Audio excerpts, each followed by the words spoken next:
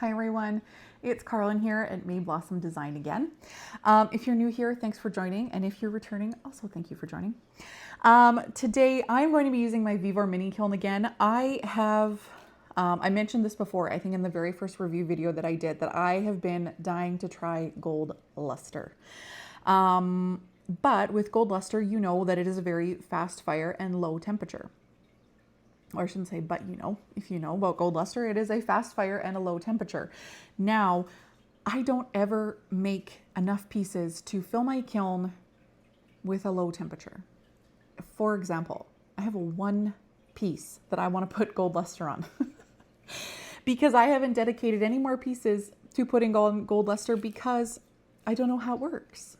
I did try it in my first review video. It didn't turn out how I wanted to. The gold showed up. There was no problem with that. The kiln did its job on that. But it didn't turn out how I wanted because I have no idea how to use gold luster.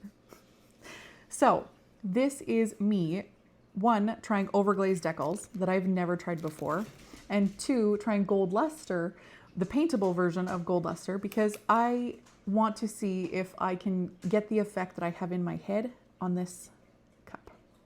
But I only have one piece. So that does not make sense for me to fire my large kiln when I have the Vevor mini kiln to help me out.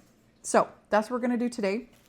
I've never used overglazed decals, so this will be a first for me, so I hope that I can figure it out. Again, gold luster. I think there's like a happy medium when you're using it. You don't want to be too thick, but you definitely don't want to be too thin. So we'll see. Yeah. Let's get started. We're going to need a few things. When you're working with gold luster, you need to take all their safety precautions because it can be toxic, or it is toxic. So you need a mask for chemical scents or vapors, stuff like that. I used to use this mask with alcohol ink, and I recently just changed the filters, so it's good to go. You will need some warm water for your overglazed decals. You'll need scissors. You will obviously need paintbrushes and gold luster if you're using the paintable version. And yeah, obviously you need a vessel of some kind. And I think that's pretty much it. So let's get started and let's see what we can make with gold luster and overglazed decals. Okay, so I've changed the angle. Hopefully it's a little better. So what we're gonna do, oh, we're stuck.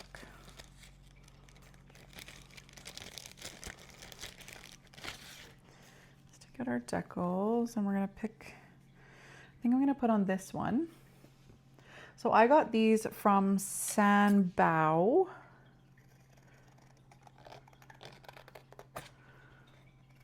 And I've ordered from them before. They've always come great. I've never ordered overglazed decals from them before. This was the very first time. But yeah, so I'm just cutting off, sorry if you couldn't see any of that. I'm just cutting off all of the excess here because we don't need any of that. And then I'm just gonna stick it in the water for about a minute and let it do its thing. But yeah, so I got these from Sanbao Studio. They ship really quick. I'm not sponsored. I've purchased from them before. They always come quite well. This was the first time that I purchased overglazed decals before, and they came great. So yeah, I suggest them if you're looking for some overglazed decals. We're just gonna let this sit for a minute.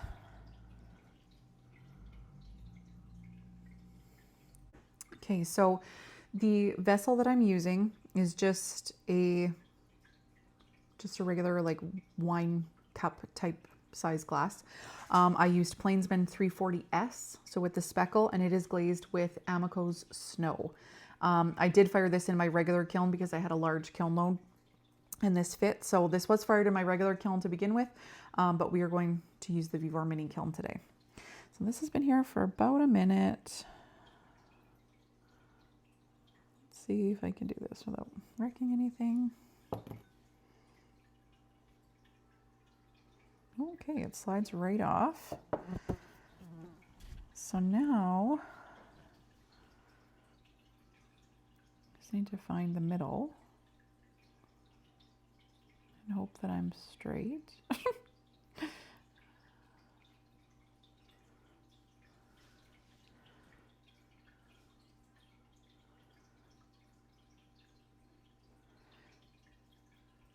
Okay, well that was way easier than I thought it was going to be.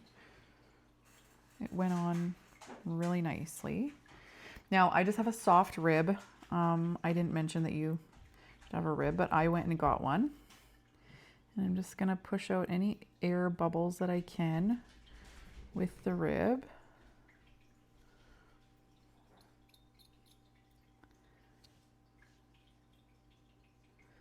And just make sure that it's nice and smooth on there.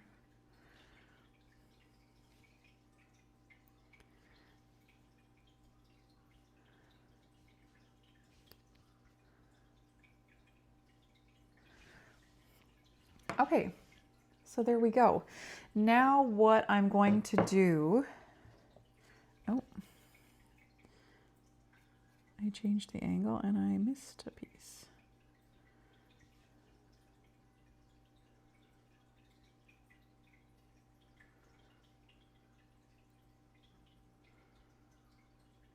Okay, so now what I'm going to do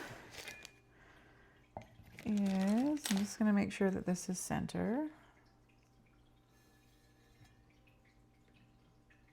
which it is.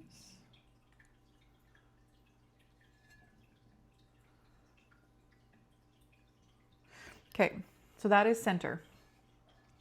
Now what I'm going to do is I'm going to put my mask on. I probably won't be able to talk during this because I will have my mask on, but what I'm going to do is take out your gold luster. It's crazy that it costs so much for this teeny tiny little bottle. Anyway, take your gold luster out and your brush. I'm just going to dip directly into the bottle. I'm not going to put it anywhere else. And then I'm going to create just a line that starts from about here and goes all the way here to about to end just right there. So it basically goes around the cup and the dragonfly is the center. Hopefully that makes sense. You'll be able to see because it dries red. So let's get started with that and yeah, let's get started. So I'm going to put my mask on and I probably won't be able to talk.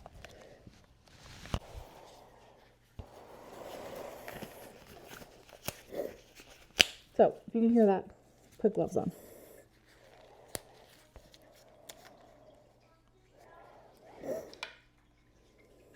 Okay, so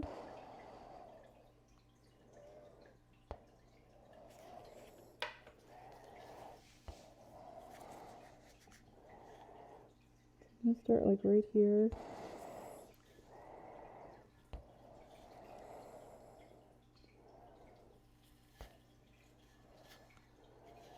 And I don't want it to be perfect, but it obviously needs to be thicker than that.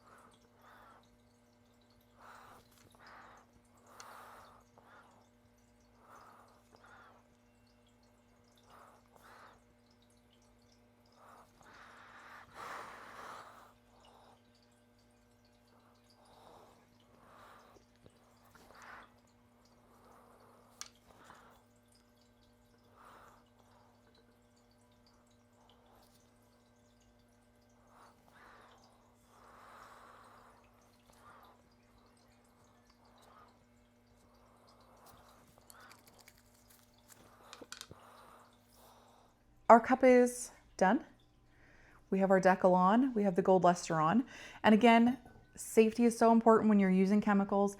Make sure you have a respirator or a mask that deals with scent or chemicals or solvents or anything like that. It's very important to have the right kind of mask because a dust mask is going to do nothing for you when it comes to solvents. Make sure that you have gloves. You don't want to get it on your skin, and make sure that you're in a well-ventilated area so that you can really clear out the room once you're done, because the smell does linger. It is a yucky smell, or I think it's yucky anyway, but I'm one of those people who's very sensitive to scents. So could just be me. Anyway, you do want to take every precaution necessary, especially when you're using chemicals. So just please do keep that in mind if you are going to try a project like this. But yeah, let's get this to the kiln and let's give it a try. So let's head outside. We're going to put this in the Vevor mini kiln and then we're going to see how it turns out. Okay, don't mind any of this on here. I did an experiment that kind of went wrong. So yeah, we won't talk about that. Anyway, let's get our little piece in here. So there she is, all loaded in. Now, gold luster needs to be fired to about cone 019, which is 656 degrees Celsius or 695 degrees Celsius, anywhere in between there, because this is in Celsius. So let's change the temperature here.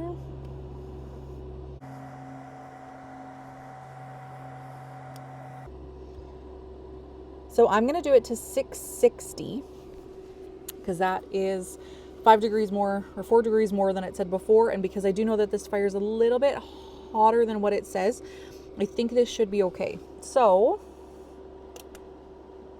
there we go. We're cooking. So I will bring you back here in just a few minutes because it is a very fast fire. So I will bring you back as soon as it's time to open it and let you know how long it took, how long the cooling took. And yeah, I'll bring you back. Okay, so it is at 163 degrees, still a little toasty, but I'm going to turn it off. It's about 4:30 now.